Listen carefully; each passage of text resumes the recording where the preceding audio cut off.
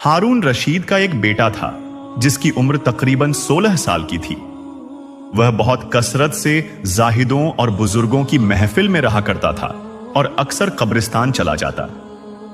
वहां जाकर कहता, तुम लोग हमसे पहले दुनिया में थे, दुनिया के मालिक थे, लेकिन इस दुनिया ने तुम्हें निजात न दी, यहां तक कि तुम कब्रों में पहुंच गए। काश मुझे किसी तरह खबर होती कि तुम पर क्या गुजर रही है और तुमसे क्या क्या सवाल व जवाब हुए हैं। और अक्सर यह शेर पढ़ा करता, ताजू अनिल जाना ईजू कुल एल यूमिन व याह जुनूनी बुका अन्ना ए हाथी। मुझे जनाजे हर दिन डराते हैं और मरने वालों पर रोने वालियों की आवाजें मुझे गमगीन रखती हैं। एक दिन वह अपने बाप बादशाह की महफिल में आया। वहां वजीर, अमीर लोग सब जमा थे और लड़के के बदन पर एक मामूली कपड़ा था, सर पर एक लुंगी बंधी हुई थी। अराकीने सल्तनत आपस में कहने लगे, इस पागल लड़के की हरकतों ने अमीरुल मोमिनीन को भी दूसरे बादशाहों की निगाह में जलील कर दिया है। अगर अमीरुल मोमिनीन इसको तंबीह करें तो शायद यह अपनी इस हालत से बाज आ जाए। अमीरुल मोमिनीन ने यह बात सुनकर उससे कहा, बेटा, तूने मुझे लोगों की निगाह में जलील कर रखा है। उसने यह बात सुनकर अपने बाप को कोई जवाब नहीं दिया, लेकिन वहां एक परिंदा बैठा था। उसने कहा, उस जात का वास्ता जिसने तुझको पैदा किया, तू मेरे हाथ पर आकर बैठ जा।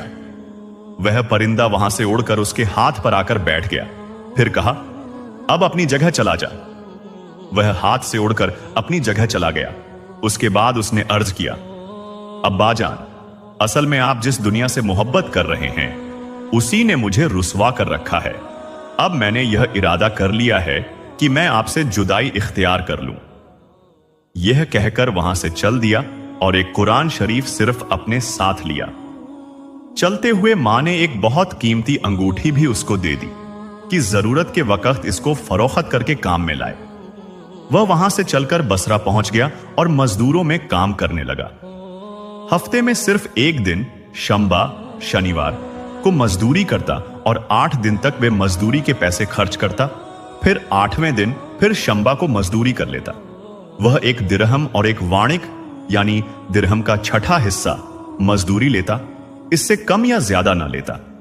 एक वाणिक रोजाना खर्च करता। अब्बू आमिर बसरी रहमतुल्लाह अलैहि कहते हैं, मेरी एक दीवार गिर गई थी, उसको बनवाने के लिए मैं किसी मीमार की तलाश में निकला। किसी ने बताया कि यह शख्स भी तामीर का काम करता है।